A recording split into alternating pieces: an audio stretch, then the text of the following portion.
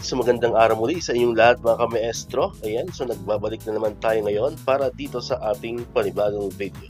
Pero bago natin talakayin itong ating video natin ngayon mga kamaestro, kung bago ka pa lang dito sa aking YouTube channel, huwag mong kakalimutan na mag-like, mag-comment, mag-share at syempre, i-subscribe mo na rin itong ating YouTube channel, El Maestro Sir Anton Official. Ulitin ko po, paki-search lamang sa inyong mga Google, sa inyong mga browser, sa inyong mga YouTube ng El Maestro Sir Anton Official at lalabas na po itong ating channel. Pakiclick lamang po ang subscribe button dyan kasi libre lang naman po yan, wala pong bayad yan. And syempre ang notification bell button, pakiclick na rin po para manonotify kayo. Always updated kayo every time na may mga bago tayong upload na video katulad nito. Alright, so nabanggit ko na kanina kamaestro, meron tayo ngayong panibagong video. Ang video natin ngayon mga kamaestro ay tungkol pa rin dito sa ating PBB 2022. Ayan, so may nagtanong kasi sa atin or marami ng mga nag-chat sa ating social media account, mga comments sa ating mga post. Ayan, kung ang PBB or kung ang DepEd ba ay eligible na ba para sa ating PBB 2022. Ayan, so syempre, dahil karamihan sa ating mga kamaestro yan, sa mga SDO natin ay na-release na ang ating inaantay na clothing allowance. So nakafocus na po ang ating attention. Syempre maliban sa mid-year bonus na inaasahan naman talaga nating darating yon. Syempre ang isa sa pinagtutuunan natin ng pansin ngayon at inaabangan natin ay itong ating PBB 2022. Ayan, so may message kasi sa ating chat, no, sa ating Facebook account. Ayan, sabi niya ni Ma'am, El Maestro, eligible na po ba ang DepEd sa PBB 2022? Ayan, so ngayon po yan nag-message sa atin, no? Ngayong araw, April 14, no? 2024. So ito po yung naging sagot natin sa kanya. Good day po. Based po sa mga legit source natin, wala po tayong nakikita na proof para masabing eligible na po ang ating agency.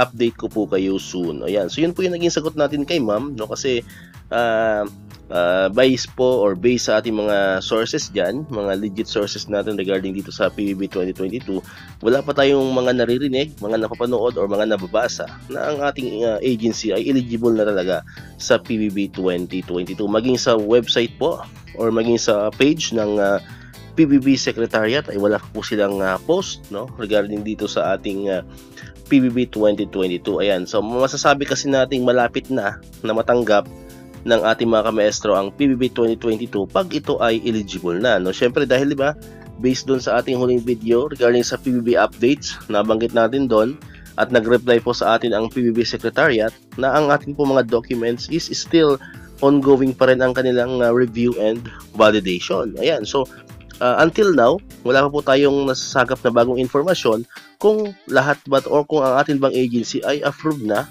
at tayo ay eligible na. Okay?